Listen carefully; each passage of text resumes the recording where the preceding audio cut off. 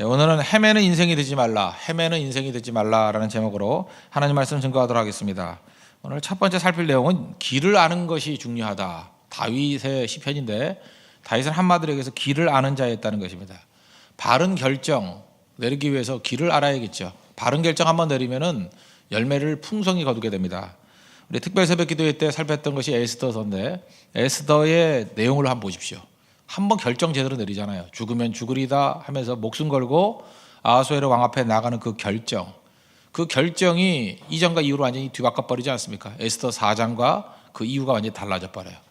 이전에는 수동적인 인생이었는데 그 다음부터는 주권을 잡죠. 주도권을 잡죠. 그래서 자기를 명령하던 아하수에로 왕에게도 오히려 명령하고요.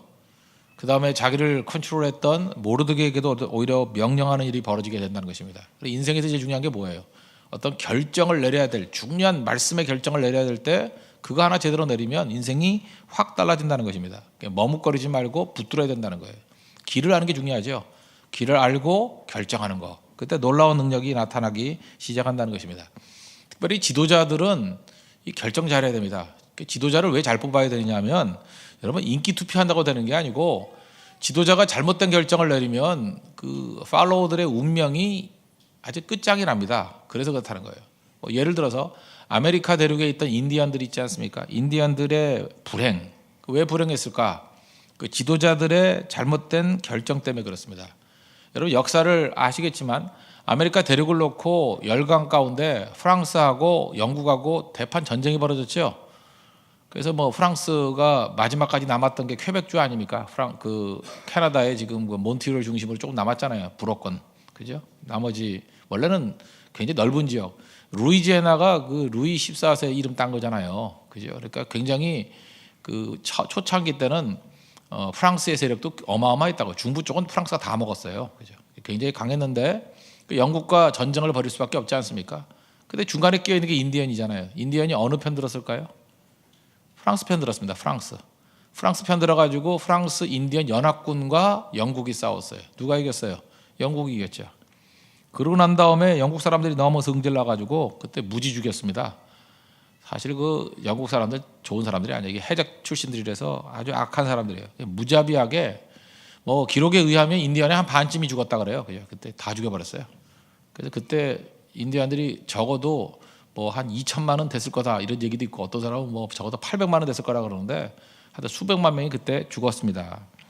그때 그 아픔 때문에 그런지 모르지만 또 그 18세기 1776년 그 근저리에 그 독립전쟁이 벌어졌죠. 독립전쟁은 영국군하고 식민지군하고 싸운 거 아닙니까? 나중에 미국이 될 그죠? 이게 식민지군하고.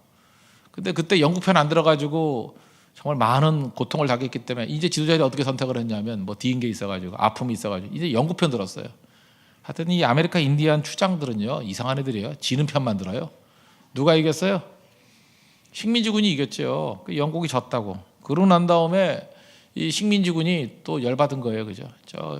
저 멀리 있는 영국군 지원하다가 우리가 굉장히 어려움 당했다. 그래서 그때만 해도 뭐 지금까지 이렇게 약한 존재라고 생각 안 했으니까 이가 갈리는 거예요. 여러분 미국 안 가더라도 달러를 갖고 있죠. 달러 보면 20달러짜리 있죠. 20달러 있습니까? 실제로 미국 가보면은 현찰로는 20달러를 제일 많이 쓰는 것 같아요. 100달러 잘 보기 힘들고 50달러도 잘 안 쓰는 것 같고 일상생활에 쓰는 건 한 2만 원쯤 하는 20달러 많이 써요. 20달러, 10달러 뭐 이런 거 많이 쓰는데 20달러에 나와 있는 사람이 앤드류 잭슨이라는 사람이거든요.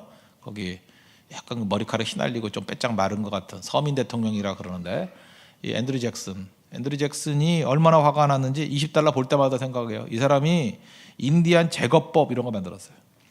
인디안에 이제 씨를 말려버리자. 20달러 볼 때마다 이 사람이 이렇게 빼짝 말라서 이게 사마리 같은 사람이구나 이렇게 생각하면 돼요. 그죠? 그래서 인디안들이 어마어마하게 어려움 당했다는 것입니다. 저는 아메리카 인디안들이 제일 문제가 뭐였냐? 그 지도자들이 눈이 없었어요. 눈이. 시국을 읽는 눈이 없었고. 사실 뭐 남 얘기도 아니죠. 19세기 때 열강이 어마어마하게 그 호시탐탐 노리고 있을 때 뭐 엄청나지 않습니까? 일본도 강했고 뭐 그다음에 러시아, 뭐 영국, 뭐 미국 뭐 다 달려들었잖아요. 우리나라에. 중국까지 심지어 망하려면 중국까지. 그런데 그 아메리카 인디아나가 다를 게 뭐가 있습니까? 세상 흘러가는 거 하나도 모르고 지도자들이 엉뚱한 결정 내린 게 되게 많잖아요. 그래서 어려워진 거죠. 저는 이 시대도 마찬가지라고 생각합니다. 뭐 제 개인적인 소망일 수도 있지만 이제 차기 우리나라의 지도자들은 좀 외교에 강한 사람이 나와야 될 것 같아요. 외교에 강한 사람, 외교에. 그렇다고 내가 반기문을 지지하는 거 아니에요. 그냥 그런 거 말고 그냥 전반적으로 이제 계속해서 외교에 탁월한 사람들이 나와야 좋지 않을까 그런 생각을 가져요. 왜냐하면 이게 흐름을 잘 모르면 지금 우리나라 사람들 이게 우물안 개구리예요. 맨날 이 국내 문제 갖고만 이게 아웅다웅 저러고 이 사실이 크게 봐야 되는 건데 큰 흐름이 어떤 건지 봐야 되는데 왜 석유 가격이 이렇게 떨어지느냐 이것도 분석을 해봐야 돼요. 지금 흐름이 어디로 가고 있느냐 누가 지금 이걸 움직이고 있느냐 우리 결과만 보고 뉴스를 알고 있으면 안 되죠. 그걸 읽어야 되고 이유가 뭔지 그죠 뿌리가 뭔지 그 읽어야 될 거 아니에요. 사무엘 헌팅턴의 1997년 작품 문명의 충돌 그때만 해도 뭐 뜬구름 같은 얘기였는데 아직 지나봐요. 한 십몇 년 뭐 한 18년 정도 지나고 난 다음에 보니까 뭐 무시무시한 책 아니었어요? 그런 시각을 가지고 있는 사람들이 있다고요. 그런 걸 놓치면은 우리가 세월을 다 놓쳐버리는 거죠. 눈입니다, 눈. 인터넷 서핑 갖고 되는 게 아니고요. 공부를 해야 돼요. 깊이 공부를 해야 되고 그 해외여행 놀러만 다닐 생각만 하면 안 되고 그들의 그 심성을 읽을 줄 알아야 되고 진짜 새로운 신사 유람단이 좀 나왔으면 좋겠어요. 여행도요. 그들을 좀 알라고 가는 여행. 중국 가서도 중국 장사꾼들하고 한번 붙어보고 그 얘네들이 어떤 사람인가 좀 알아보고 그런 것들이 풍성해져야 되는데 소득 없이 돌아다니는 것 같아요. 놀러만 다니고 에펠탑에서 그냥 사진이나 찍고 그 별 의미가 없는 건데 사실 그죠? 그러니까 이게 굉장히 중요하다는 것입니다. 길을 알아야 된다는 거예요. 다윗은 어떤 사람이냐? 길을 아는 사람이다 이렇게 말할 수 있다는 거예요. 그걸 보십시오. 어려운 결정들이 얼마나 많았어요. 예를 들어서 자기의 원수인 사울이 왔을 때 죽일 기회 2번 있었잖아요. 죽일까 말까 했는데 안 죽였죠. 왜? 하나님의 길을 알았기 때문에. 하나님의 기름 부으신 종을 내가 손대는 거 아니다. 그 사실 자기가 왕이 됐을 때도 똑같은 원칙 아닙니까? 그래서 함부로 다윗 왕과 손 못 댔잖아요. 그게 중요한 거죠. 북쪽 이스라엘은 나중에 보세요. 그 쿠데타 맨날 하니까 쿠데타 9번 일어나잖아. 한번 피를 보니까 계속 넘어지잖아요. 길을 볼 줄 아는 사람은 그때 결정을 잘 내린다는 것입니다. 나발 이름도 이상하죠. 나발을 죽여버리려고 그랬더니 죽였으면 또 피 볼 건데 그 부인이었던 아비가일이 그러지 말라고 그래서 살려두니까 하나님이 치시잖아요. 그리고 또 그 부인까지 또 얻었고 뭐 좋은 건지 나쁜 건지 모르지만 하여튼 간에 뭐 그렇게 그것도 결정 잘 내렸잖아요. 압살롬 반역했을 때도 사실 보면 실패할 때 결정 내리기가 쉽지 않은데 실패 중에도 그래도 그의 결정들을 보면 믿음의 결정들이 많아요. 그죠? 이런 게 되게 중요하다는 거예요. 길을 아는 거죠. 길을. 바세바 범죄하고 난 다음에도 나단 선지자가 와서 네가 바로 그 사람이다 그럴 때 권력자인데 저런 무엄하다 그러고 잡아 쳐봐라 그럴 수도 있는데 무릎 꿇잖아요. 내가 그 사람입니다 하고 결정 잘 내리죠. 길을 알고 있다. 길을. 우리 인생에서도 하나님 앞에서 이런 길을 잘 아는 거, 길을 알고 결정 내리는 거, 이게 굉장히 중요하다고 생각합니다. 우리 게 어떤 자매가 미국에 이제 가족끼리 여행을 가게 됐는데 대만 선교 가게 됐고 고성 선교가 2월 마지막 주에 있지 않습니까? 26일부터 28일까지. 근데 뭐 귀국일이 3월 초더라고요. 근데 설교 듣고 또 저 개인적인 권면도 했죠. 그 모세가 순종했을 때 뱀 꼬리 잡으라. 이거 무모한 일이죠. 뱀 머리 잡아야 되는데 하나님이 꼬리 잡으라 그럴 때 하나님의 말씀이기 때문에 순종했더니만 그때부터 그게 다시 지팡이가 되고 그런 무모한 결정들. 뭐 베드로 같으면은 전문가 아닙니까? 어부잖아요, 어부. 근데 깊은 곳, 고기 없는데 목수 출신이 예수님이 오셔가지고 깊은 곳에 그물 던지라 그랬더니 밤을 새도록 내가 수고했지만 얻은 것이 없지만은 말씀에 의지하여 그물을 내리리다. 그래서 말도 안 되는 결정을 내렸거든요. 그때부터 인생이 바뀌잖아요. 마찬가지로 좀 말이 안 되는 것 같이 보이지만 좀 티켓을 바꿔가지고 그 전에 오면 안 좋겠냐. 한 사람의 결정이 또 많은 성도들에게 그 영향을 미친다. 그랬더니 뭐 돈도 페널티를 물어야 된다느니 뭐 그러더라고요. 물면 좀 어떠냐. 그래서 제가 뭐 줄 마음도 없었지만 그거 내가 대줄게 그랬어요. 그거 받아가면 그 인간도 아니죠. 그러나 그럼 뭐 말로 못해요, 그죠? 뭐 달라고 하면 줄 마음도 있었어요, 그죠? 내가 페널티 내줄게. 그럼 몇십만 원 좀 되겠죠. 근데 하루 지나니까 뭐라 하냐 페널티가 없어졌다 그러고 또 다시 자라고 하니까 또 미네소타 어디 거쳐서 오다 보니까 또 30만 원이 또 싸졌대요 더. 그러면서 그 하루 전날 좀 무리스럽지만 와가지고 참여하게 됐어요.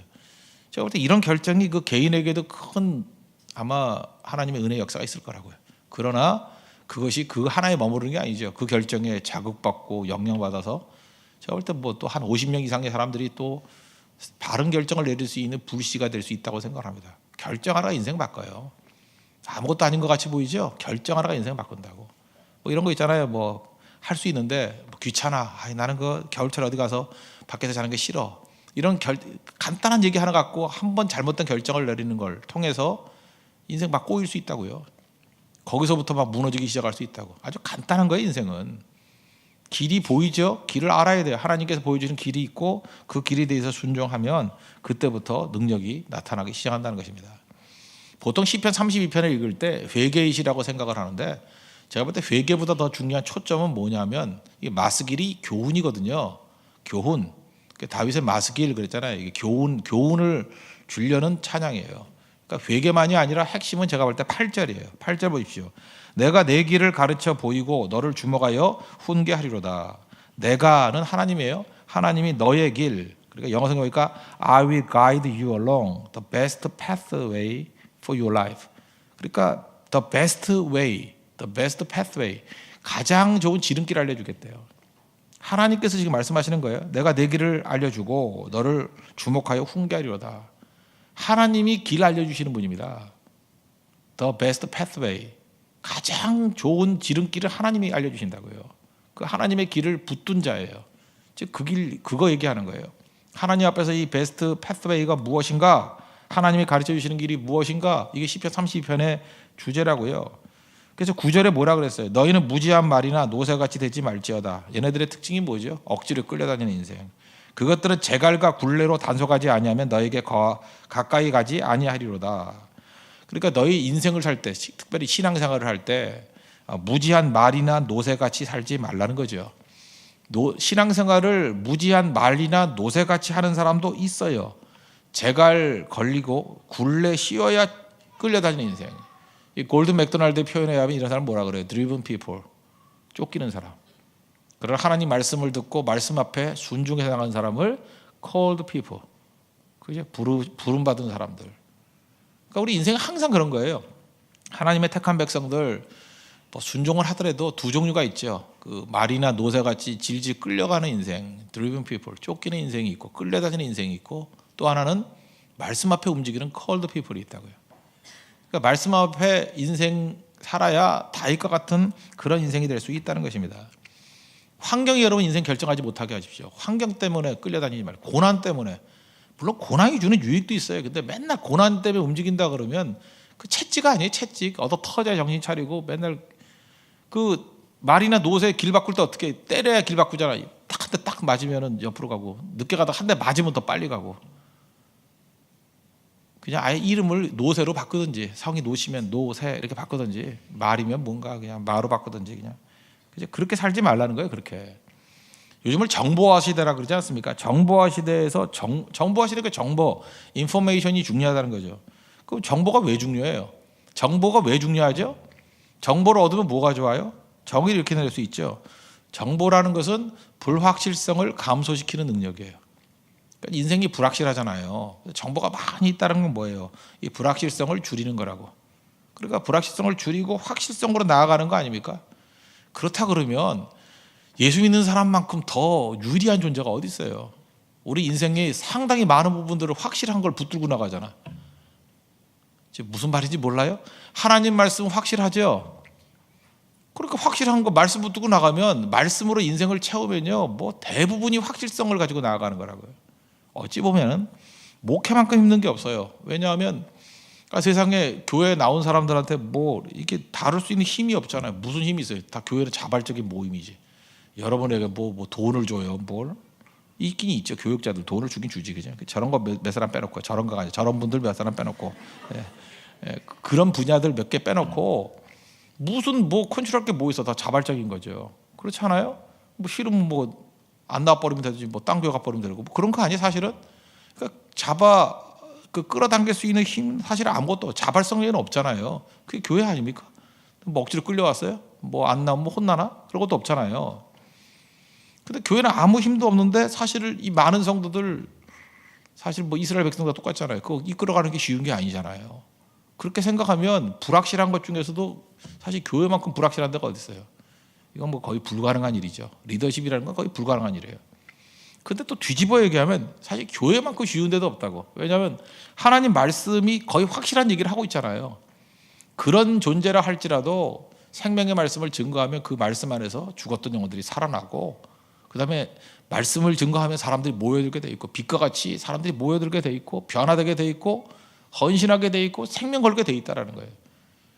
그런 의미에서 확실한 하나님 말씀 붙들면 사실 교회만큼 쉬운 것도 없고, 말씀을 떠나면 교회만큼 힘든 것도 없어요. 그래서 교회가 힘들어진다는 얘기는 뭐냐면 확실성 떠난 거예요. 그래서 자꾸만 확실히 떠나니까 교회 가면 뭐가 이렇게 불안전하죠. 뭐가 뭐 알듯 모르듯 하는 그런 소리만 하고 있고. 그 말씀 떠나면 그래요. 그러면 지옥이 돼버려, 지옥이. 왜냐하면 정말 이상한 사람만 다 모여있게 돼요. 근데 말씀 안에서 확실한 것들을 계속 세워놓으면 그다음부터 보이기 시작해요. 갈 길을 밝히 보이시니 그러잖아요. 내 갈 길이 보이고 교회 갈 길이 보이고 자꾸만 길이 훤히 보여요. 길을 확실히 알고 가요. 그래서 믿음 생활이라는 게 뭐냐 하면 이상하게 길이 보여요. 그건 하나님이 보여주시는 거지 내가 보는 게 아니에요. 그 길이 훤히 보여요. 교회도 갈 길이 훤히 보여요. 하나님께서 내 인생을 어떻게 이끌어갈지를 알려주신다는 것입니다. 결국 정보전이에요. 우리 인생도 마찬가지죠. 하나님 앞에 기도 많이 하고 또 하나님께서 주신 그 약속 붙들고 나아가서 사업을 한다. 그럼 뭐 100% 되는 거죠. 뭐가 힘들어요?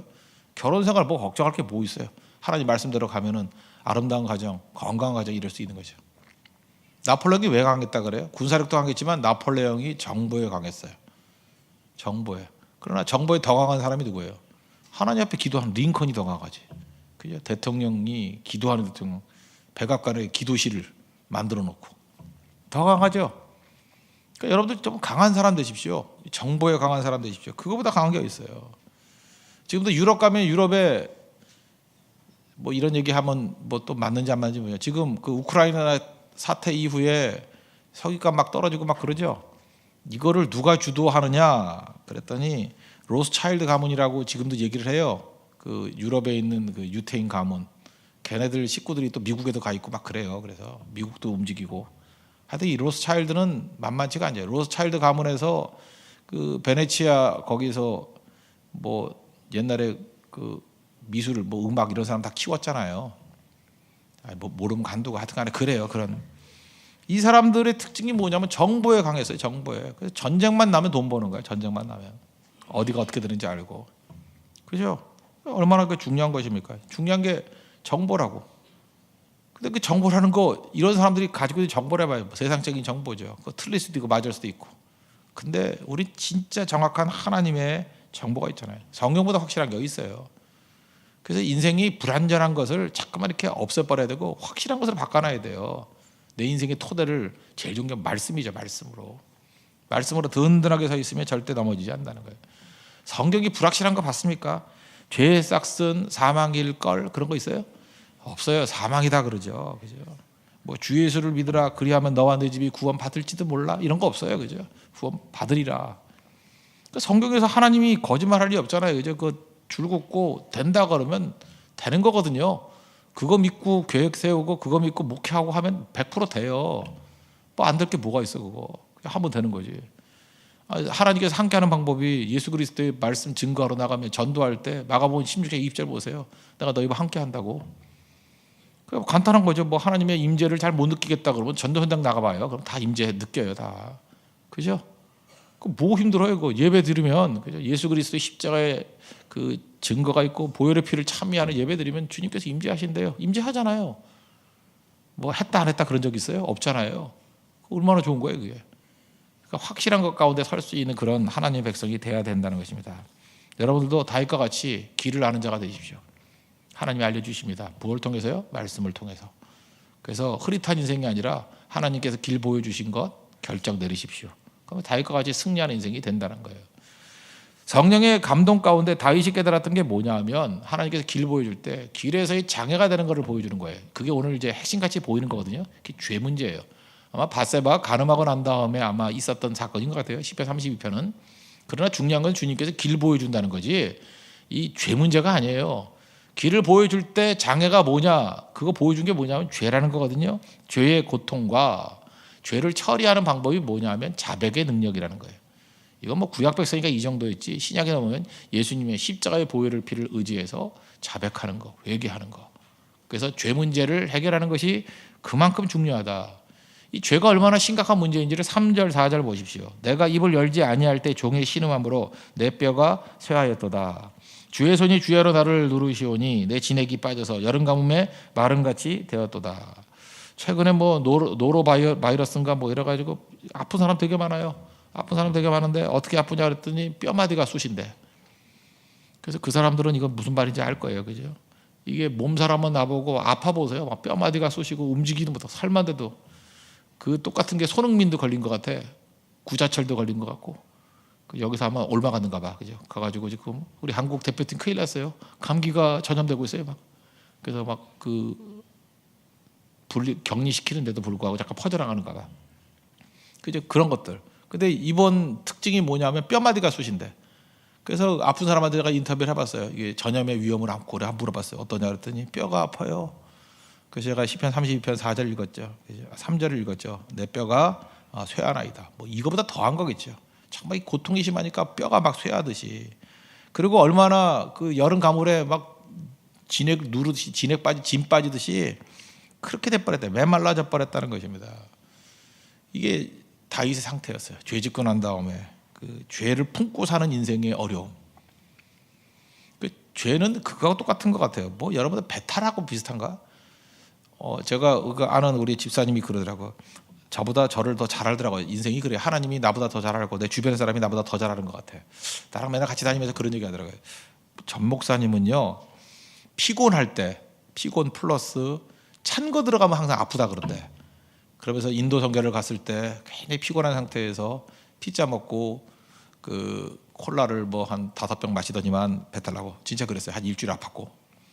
그다음에 뭐 상태 안 좋을 때 뭐 찬 거 이렇게 냉면 먹고 배탈 나고 맨날 이래요.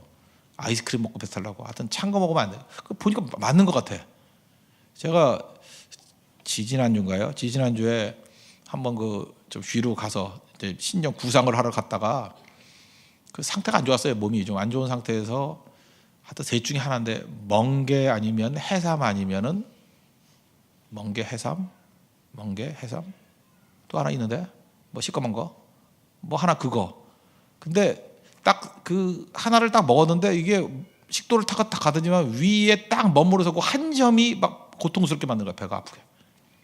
그때 제가 느꼈어요. 어쨌든 이게 없어져야지 되겠구나. 그래서 토하냐 뭐 하느냐. 근데 그 병원에 갔더니 무슨 설사약 비슷한 걸 주더라고. 그래서 그게 몸에서 나가는 순간에 낫더라고요. 그때 제가 느꼈던 게 그거예요. 야, 이게 죄도 이런 거겠구나. 죄는 이게 몸에 품고 있으면 못 견디는 거예요. 너무 고통스러워서 괴로워서 못 견디는 거예요. 설사라는 게 뭘까요? 몸에서 빨리 나가는 방법이 둘 중에 하나잖아. 이게 토하든지 나가든지. 그러니까 어떻게 하는 거예요? 그냥 엄청나게 물이 쏟아져 나와가지고 물 청소하는 거야. 물 청소 나가버려라 하고. 그게 몸에서 사인을 주는 거죠. 그런 식으로 죄를 해결하는 것도 이런 식으로 빨리 해결해야 돼. 빨리 토해버리든지, 그죠? 토해버리든지 아니면 그냥 내버려버리든지. 죄를 품고 사는 인생에 대해서 다윗이 고백하는 게 이거예요. 이게 마치 체한 것 같이 어떤 때는 내 속에서 부글부글 끓듯이 견딜 수가 없었습니다. 나단 선지자 얘기했죠. 그때 자기 권력으로 눌러버리면 됐잖아요. 근데 그거 아니고 토설하니까 하나님 앞에서 자기 자신의 죄악을 토설하고 회개하니까 깨끗해지잖아요. 자백의 능력이 얼마나 대단한지 5절을 한번 보십시오. 내가 이르기를 내 허물을 여호와께 자복하리라 하고 주께 내 죄를 아뢰고 내 죄악을 숨기지 아니하였더니 곧 주께서 내 죄악을 사하셨나이다. 이거 뭐 간단한 얘기 같지만 이걸 못하는 거 아니에요. 그래서 하나님 앞에 나와서 해야 될 일이 뭐냐면 길을 알잖아요. 장애 중에 제일 큰 장애가 죄의 장애예요. 토설하고 자백하고 하나님 앞에서 해결돼야죠. 요한일서 1장 9절 신약 성경에 나와 있는 말씀. 만약 우리가 우리 죄를 자백하면 그는 미쁘시고 의로우사 우리 죄를 사하시며 우리를 모든 불의에서 깨끗하게 하실 것이요. 예수 그리스도 십자가 의지하면서 십자가의 보혈의 피를 씻어 주십시오라고 자백하는 거, 그게 필요하다는 것입니다. 그러면 나타나는 현상이 뭐냐? 하나님과의 관계 회복이 이루어져요. 신약 성경에서 관계 회복이 이루어지는 걸 뭐라 그랬어요? 의라고, righteousness, 의, 디카이오스네. 하나님과의 의가 뭐냐면 관계가 좋아지게 되었다 그거예요. 하나님과의 관계가 좋아지면 어떤 일이 벌어질까요? 춤을 추죠. 그래서 얼마나 좋았는지 너무 관계가 좋아져서 기쁘다라는 것이 앞에 툭 튀어나왔어. 그래서 1, 2절에 기쁘다가 나왔어요. 너무 좋은 건 앞에 나오죠. 제가 논리적인 순서에 의해서 3, 4절을 매주겠지만 너무 기쁘니까 앞에 1, 2절에 고백이 나와요. 1, 2절에 뭐라 그랬어요? 허물의 사함을 받고 자신의 죄가 가려진 자는 복이 있도다. 마음에 간사함이 없고 여호와께 정죄를 당하지 아니하는 자는 복이 있도다. 이 사죄의 은총을 누렸던 기쁨이 얼마나 큰지 1절, 2절에서 먼저 복이 있다고 막 얘기하잖아요. 사함 받고 죄가 가려워지고 정죄가 없는 게 얼마나 기쁜지 알아. 그래 놓고 사실은 내가 옛날에 죄를 품고 있었지. 이렇게 나오는 거예요. 아시겠어요? 이게 지금 도치가 된 거예요. 도치가. 너무 기쁘니까 사함의 기쁨부터 막 찬송하기 시작하는 거라고. 그래서 항상 성경을 읽을 때 1, 2절은 중요한 거예요. 어떻게 이런 현상이 벌어졌을까? 어떤 때는 그 원인이 뒤에 나오는 경우도 있어요. 그죠? 오늘 성경이 그런 케이스였다는 것입니다. 사도 바울도 그랬죠. 사도 바울은 또 순서가 또 바뀌어 있죠. 사도 바울은 논리적인 담즙질이니까. 로마서 7장에서 오라 나는 공고한 자로다. 나는 말씀을 알면서도 맨날 죄를 짓지. 갈등이 있네. 고민하다가 그 다음에 이 사람은 또 정죄함이 없다는 것에 대해서 감사하잖아요. 로마서 8장 1절 보니까 이제 그러므로 이제 그리스도 예수 안에 있는 자에게는 결코 정죄함이 없나니 이는 그리스도 예수 안에 있는 생명의 성령의 법이 죄와 사망의 법에서 너를 해방하였음이라. 이건 또 찬송이 뒤에 나오는 거예요. 성격마다 틀려요. 다윗은 그래서 담즙질은 아닌 것 같아요. 약간 다혈질인 것 같아요. 그죠? 그래서 기쁨을 먼저 찬송하잖아요. 찬송하고. 그래서 맥락은 다 똑같다라는 것입니다. 여러분 인생 가운데 지금도 무겁다고 느끼는 분들이 있죠. 뭐가 그렇게 무거워요? 기쁨과 감격이 사라진 이유가 무엇입니까? 그게 다 막혀 있는 게 있기 때문에 그래요. 하나님 앞에 막혀 있는 거. 그게 뭐 이런 죄악뿐만 아니라 어떤 때 자아일 수 있어요. 고집일 수 있고 교만일 수 있고 자기 거를 버리지 못하는 거. 그럴 때 그것이 있으니까 하나님의 소원하지 같은 은혜를 맛보지 못한다는 것입니다. 우리 가운데 뭐 죄짓지 않은 사람이 누가 있어요? 제가 일반화시키는 얘기가 아니에요. 우리는 다 죄인들이기 때문에 죄짓잖아요. 그래서 그게 우리의 속도를 줄이는 거예요. 컴퓨터도 바이러스 먹을 때 속도 죽듯이 우리 인생이 죄 때문에 속력이 느려지고 더뎌지고 빠리빠리 못하고 열매 없고 그렇다는 거예요. 자백의 능력이에요. 자백의 능력. 철저히 자백하고 하나님의 능력 아래서 회개하고 나아가면 그래서 정직한 종 되면 그때 막 능력이 나타난다는 거예요. 그 능력 나타나는 것 중에서 이제 예증을 드는 거예요. 기도가 된다는 거예요. 기도가 된다. 이거 기도해 본 사람은 알아요. 기도 오래 한다고 다 기도가 아니고요. 기도가 될 때가 있어요. 언제냐? 회개하고 난 다음에 기도는 기도가 돼요. 기도라고 다 똑같은 기도가 아닙니다. 기도가 뭐라 그래야 되나 이렇게 화살같이 딱딱 먹히는 그냥 기도할 때 자기도 느껴요. 이건 응답이구나. 기도하면서 막 응답하고 막 자기도 흥분하는 거예요. 내가 지금 구하는 거가 다 이루어지는 거예요. 의심이 아니고 뭐 내가 마인드 컨트롤이 아니에요. 내가 의심하지 말아야지 그래서가 아니라 어느 순간에 하나님과 시온에 들어가 확 열리면서 그게 기도의 문이에요. 기도의 문이 열린 거예요. 문이 열리고 확신이 오는 거예요. 이제부터 하나님과 이게 기아가 맞아 떨어졌어요. 이제 구하는 건 다 이루어져요. 그 기도 아세요? 그거? 그 다음부터 나오는 기도가 바로 그 얘기라고요. 6절 이로 말미암아 모든 경건한 자는 주를 만날 기회를 얻어서 주께 기도할지라.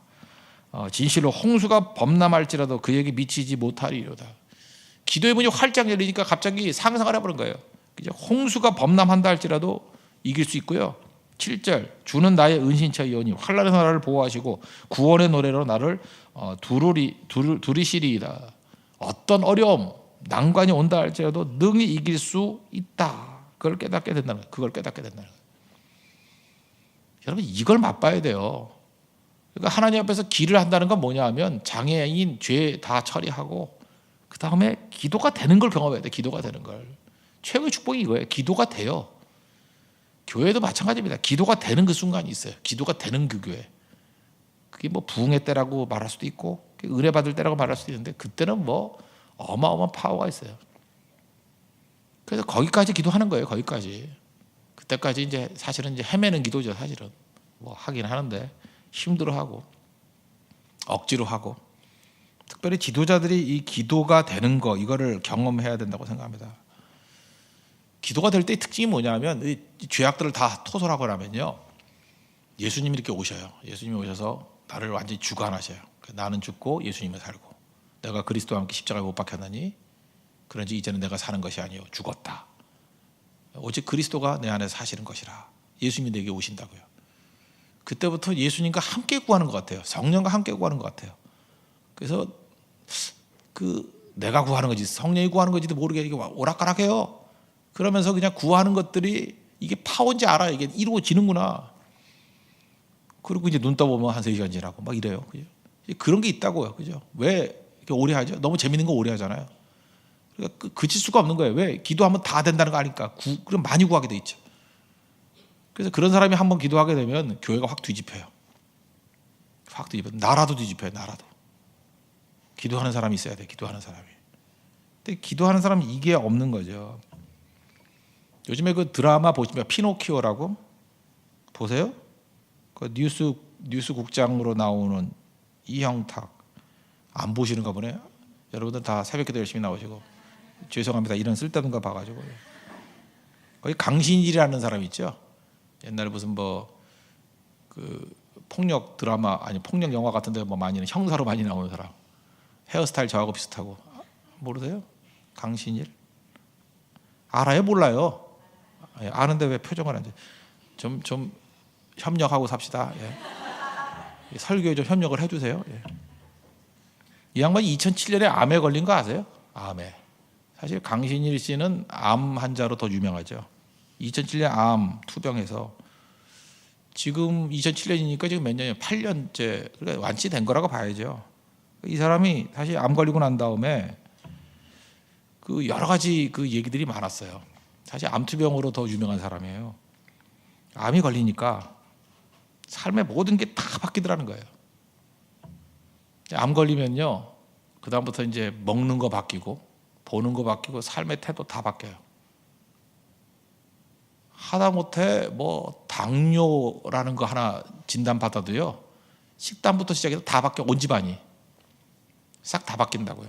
이 사람이 크게 3가지를 바꿨대. 첫째는 먹는 거 바뀌어요. 먹는 거 바뀌어야 암 나요.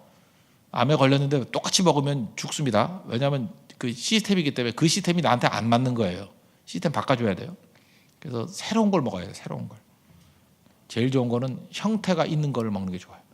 강한 거 이런 거 말고, 밀 그러면 밀의 형태, 쌀 그러면 쌀의 형태, 사과 그러면 사과의 형태. 간 거 말고 형태가 있는 거. 그러니까 파는 건 안 좋아요. 형태가 없잖아. 닭도 형태가 있는 거 이렇게 다 그대로 있는 걸 뜯어 먹어야지. 그대로 있는 거, 형태가 있는 거, 그게 제일 좋은 거고. 그 다음에 질 높은 수면, 깊은 잠 잘 때 모든 병을 다 이겨요. 되게 잠 못 자는 사람. 그래서 먹는 거, 잠자는 거. 그 다음에 사랑하는 거, 사람들 사랑하고 일 사랑하는 거. 이분 3가지예요. 그냥 읽어드릴까요? 10가지. 가난과 싸우는 10가지 원칙 그랬는데 좀 도움이 되는 것 같아요. 첫째는 금연 금주. 지금 비싸서 못 피겠죠. 예. 하루 3끼는 거르지 않는다. 3번째, 외식하지 말라. 외식이란 건 밖에서 먹는 게 외식, 그 외식이에요. 밖에서 나가서 먹지 않는다. 그 다음 4번째, 직접 기른 채소, 유기농으로 먹는다. 조미료 안 넣는다. 그 다음에 스트레칭, 산책, 족욕, 반신욕, 가볍게 몸을 푼다. 과도하게 운동 안 하고. 그 다음에 6번째, 얼른 나와야 된다는 조바심은 금물이다. 욕심은 스스로를 죽이는 거다. 7번째, 규칙적이고 질 높은 수면으로 정신을 건강하게 유지한다. 8번째, 가족, 친구, 동료들에게 사랑하고 감사하다는 표현을 자주 한다. 그러니까 여러분들 아까도 감사 별로 안 했죠. 여러분 암 걸릴 가능성이 커요. 잠깐 감사를 해야 돼요. 감사. 그 다음에 9번째, 내일 자기가 연기하는 일이니까 열정을 가지고 하고 새로운 일을 도전한다. 새로운 일 도전한다. 지금도 이렇게 OS 같은 거 오퍼레이팅 시스템을 옛날 거 쓰는 사람 있죠. 빨리 업그레이드 하세요. 새로운 거 자꾸만 새로운 거. 10번째, 더불어 사는 삶, 나누는 삶을 한다.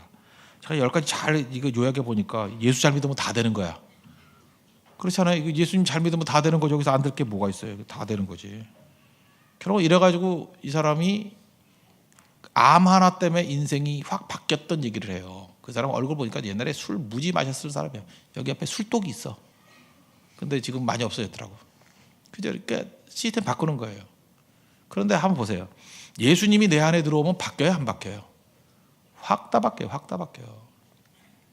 내가 추구하는 것 바뀌고, 밤늦게 안 자던 사람이 자게 돼 있고, 인생이 주일 중심으로 바뀌게 돼 있고, 휴가가 있어요, 성교 중심으로 다 바뀌게 돼 있고, 다른 사람 다 미쳤다 그러지, 그죠? 다 바뀌어, 다. 결국은 인생을 바꾸는 건 두 가지가 있어요. 예수님이냐, 암이냐. 선택하십시오. 여러분, 예수님이 바뀌지 않으면 암으로 바뀔 가능성이 큽니다. 다 바뀔 거예요. 예수님을 제대로 믿어봐요. 혁명적인 변화가 일어난다. 혁명적인 변화. 진짜 그래, 진짜. 예수님 때문에 우리 인생이 확 바뀌어요. 진짜 예수님이 들어오면요, 예수님을 기쁘게 하는 인생을 산다 그러면 안 바뀔 수가 없어. 근데 안 바뀐다 그러는 게 웃기는 거죠. 그거 어떻게 안 바뀌어? 가짜죠. 안 믿는 거죠. 믿는 척하는 거죠. 쇼하는 거죠. 진짜 암에 걸리면요, 살겠다는 의욕 있는 사람은 다 바뀌어요. 안 걸리고 난 다음에 자기 식단 안 바꾸고 뭐 이렇게 삶의 태도 안 바뀌는 사람 못 봤어요. 밥도 흰쌀밥 안 먹어요. 흰색 다 나쁘대요. 뭐 흰 거 설탕도 나쁘고 뭐 소금도 나쁘고 쌀밥도 나쁘고. 그래서 맨날 현미 먹고, 그리고 노래도 뭐 윤현미나 뭐 조현미 노래만 듣고 맨날 이래요, 그죠? 현미 좋아해요, 현미. 웃으라고 한 소리예요. 그냥 그거 진짜 아니고. 강팍한 인간들, 그만 넘어가겠어요 이제. 예수님 때문에 바뀌는 인생도 있죠. 예수님 때문에 바뀌는 거. 그래서 예수님으로서 변화되면은 10절 보세요. 악인에게는 많은 슬픔이 있으나 여호와를 신뢰하는 자에게는 인자하심이 두루리이다. 인자하심이 뭐라 그랬어요? 인자하심, 헤세드, unfailing love. 결코 실패하지 않은 하나님의 사랑이 그를 두르는 인생이 된다는 것입니다. 그러니까 결국은 예수 믿는 사람만큼 단순한 게 없어요. 예수님 하나 붙들면 되는 거잖아요. 뭐 복잡하지도 않잖아. 그럼 인생의 모든 것이 다 변화된다는 것입니다. 마지막 찬송하라죠. 11절. 너희 의인들아 여호와를 기뻐하며 즐거워할지어다. 마음이 정직한 너희들아 다 즐거이 외칠지어다. 찬송하면 찬송하는 대로 됩니다. 자꾸 칭찬해 보십시오. 칭찬하는 대로. 그래서 여러분 잘 보면 우리 교회 그 율동하고 막 이러잖아요. 율동하고 하는 거. 율동이 뭐 나이가 들고 병이 나가고 뭐 힘들어서 이제 힘든 사람도 있겠죠. 근데 사실은 율동을 따라 안 하는 건 체력적인 요소도 있어요. 없는 건 아닌데 교만이에요. 빨리 그냥 설교하지 뭐 하는 거냐 하는 이 분노심이 막 올라가요. 진짜 분노한다니까요. 율동할 때 분노해서 그것 때문에 우리 교회 떠난 사람이 얼마나 많은데요. 되게 많이 떠났어요. 그러나 중요한 게 뭐냐 하면 그게 예배는 제사거든요. 죽음에 자아가 죽는 거예요. 그러니까 각 교회마다 자기를 죽이는 방법이 여러 가지가 있는데 우리 교회는 율동이에요. 율동은 죽는 시간이다. 그죠? 죽여버리는 거예요. 그건 다 죽는 거거든요. 거기서 죽고 난 다음에 어느 순간인가 어떤 형제가 막 신경질 팍 내다가 그 다음에 자아가 죽더래. 그리고 계속 율동 더 해달라, 하이어 계속 해달라 그러는데 분명히 있다니까요. 그거. 그러니까 그런 것들 붙들고 결국 하나님 앞에 내가 어떻게 죽느냐 하는 것들이에요. 제일 죽이기 편한 게 금식이고, 금식할 때 여러분들 똑같은 현상이 벌어져요. 금식해 보세요. 신경질 나요 처음에. 그렇지 않아요? 배고프면 막 신경질 나고. 금식하면서 싸우는 사람 되게 많아요. 싸우다가 더 굶기면 자포자기해요. 내 주여 뜻대로 행하시옵소서. 그게 금식이에요. 그러니까 경건의 훈련이란 건 뭐냐면 자기 죽이는 싸움들이에요. 여러 가지가 있거든요. 옛날에 그 중에 하나가 금식이었고, 그 성경에 별로 없는 것 같지만 그 다음엔 과도한 율동 뭐 이런 거, 그런 게 분명히 있다는 것입니다. 그래서 하나님 앞에서 우리가 그 다음에 나오는 게 뭐냐면 감사와 찬송이에요. 이게 시시껄렁한 예와 같지만 옛날에 뭐 이런 거 들었죠. 독일 사람인데 혀에도 암이 있는가 봐요. 혀암에 걸려가지고 혀를 이게 잘라내야 되니까 마지막 할 말이 있냐고 그랬대잖아요. 의사가. 그때 고민하더니만 하나님 감사합니다. 전 이게 신앙이라고 생각합니다. 하나님 감사합니다. 저는 우리 교회 이제 목표를 잡았어요. 하나님께서 길을 보여주시는 것 같은데 우리 교회가 어떤 특징의 교회가 되었으면 좋겠나. 우리 모든 성도들에게 감사가 몸에 밴 성도로 되었으면 좋겠어요. 그렇게 할 거예요. 아까도 감사 얘기하랬더니 못 하잖아요. 그러니까 하루에 3가지씩만 감사 내용들을 어머니 같으면 자식들에게 보내세요. 하루에 3가지 정도만. 서로 기록에 남기라고. 서로 잠깐 감사를 표현해봐. 감사를.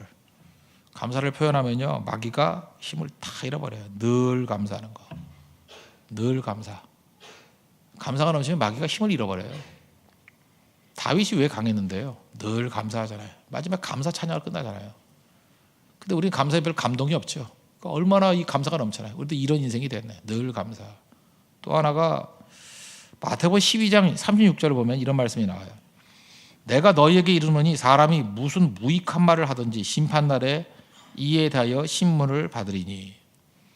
하나님 앞에 섰을 때 여러분이 했던 무익한 말에 대해서 하나님이 일일이 묻겠다는 거예요. 일일이 하나씩 다 묻겠다는 거예요. 옛날 같으면 이게 이해가 안 됐어요. 근데 요즘 이해가 되죠. 여러분이 하는 모든 거 다 녹음할 수 있죠. 차를 타도 차에 블랙박스에 녹음돼 있고, 휴대폰 뭐 버튼 하나만 눌러도 다 녹음되고. 근데 하나님께서는 아마 모든 게 다 녹음이 돼 있을 거야, 그죠? 하나님의 녹음기가 땅에 있을지 알아요, 그죠? 이게 있을 거라고 분명히 무슨 뭐 파장이 돼가지고. 그래서 우리가 했던 모든 말에 대해서 원문을 보니까 일일이 다 묻겠대요. 하나님 앞에서 여러분들 얼마나 민망하겠어. 내가 왜 쓸데없는 소리 했나. 새 번역을 보니까 이렇게 돼 있어요. 그 무익한 말, 무슨 무익한 말을 함부로 짓거린 터무니없는 말, 이렇게 번역을 했어. 이게 가슴에 더 많은 것 같아요. 함부로 짓거린 터무니없는 말. 그게 무익한 말이에요. 함부로 짓거린 터무니없는 말. 일일이 다 묻겠다. 두 가지 해야 됩니다. 늘 감사하고 함부로 짓거린 터무니없는 말, 이런 거 하지 않는 거. 적극적으로 해야 될 일이 뭐예요? 복음 증거죠. 전도 좀 하십시오. 전도해야죠. 고성 가서 전도해야 되고, 대만 가서 전도해야 되고, 일상 삶 속에서 전도해야 되고. 나는 SNS나 이런 거 볼 때마다 화가 나는 게, 맨날 음식 먹고 여기 맛있다 가자, 그게 전도거든요. 먹다 죽을 놈들, 그죠? 음식 전도 되게 많이 해요. 어디 맛있대, 홍대 맛집 어디고 가라고, 안 가면 안 된다고, 반드시 가야 된다고, 이거 안 가는 건 범죄라고, 뭐 이렇게 얘기를 해요. 그 마음으로 좀 전도를 해보지. 또 하나, 영화 꼭 봐야 돼요. 국제시장인가 봐야 된다고, 그죠? 뭐 그 강을 뭐 건너지 만가 넘어선가, 뭐 요단강 건너서 만날인지 뭔지 하여튼. 영화 광고는 열심히 하면서 예수 그리스도를 증거하지 않아요. 화 있을진저. 우리에게 제일 중요한 게 뭐예요? 하나님께서 주셨던 가장 적극적인 거, 우리가 할 수 있는 최고의 가치 있는 일. 아마 하나님 옆에 섰을 때 가장 가치 있는 일은 전도할 겁니다. 전도. 이번도 대만 선교 가서 딴소리 하지 말고, 뭐 대만 가서 뭐 맛있는 거 먹고 굶으면 어때요까지 거. 한 사람에게도 더 복음 증거하고, 전할 내용을 준비해야죠. 지금부터 한 열흘 남았으니까 준비해야 돼요. 고성도 지금부터 준비해야죠. 그 메모도 해놓고 뭘 증거할 것인가. 설교라도 좀 요약 좀 해놔요. 그 최근 설교 그런 거 있잖아요. 그런 거 적어놓고 그 전할 게 다 있다고. 그거 증거해야죠. 십자가를 증거해야죠. 예수님 증거해야죠. 그거보다 가치 있는 인생은 없다라는 것입니다. 여러분도 여러분의 입술을 통해서 늘 감사하고, 함부로 짓거린 터무니없는 말을 하지 말고 늘 복음 증거하는 우리 거룩한 백성 되길 바랍니다. 말씀 결론 맺겠습니다. 오늘도 설교가 길었네요. 길을 알아야 됩니다. 길이 곧 뭐예요? 말씀이라고. 하나님의 길을 알려주십시오. 그리고 그 길 가는 것에 장애가 되는 게 죄인데, 죄의 자백의 능력, 철저히 자백하면 길이 열리잖아요. 하나님과. 그러면 하나님과 관계가 회복된 걸 의라 그러죠. 의가 됐을 때 해야 될 가장 중요한 건 기도예요. 기도가 된다니까요. 그래서 사실은 기도는 저절로 되는 게 아니고 앞에 과정이 필요한 거지. 그래서 기도가 돼요. 사실 뭐 자백도 기도잖아요. 근데 진짜 기도가 돼. 그때부터 기도가 되면요, 길이 활짝 열린다고요. 그럼 그 안에 예수님이 계신다고. 우리 삶의 패턴이 다 바뀌어. 암이 인생을 바꾸듯이 예수님이 우리 다 바꿔버려요. 그러면 이제 감사와 찬송과 복음 증거하는 인생이 된다. 그 우리가 복의 근원, 능력의 통로가 되는 거죠. 다윗이 그런 인생 살았습니다. 우리도 우리 인생의 전체가 주님 앞에 드려지는 인생 되는 축복이 임하기를 바랍니다. 모두 자리에서 일어나겠습니다.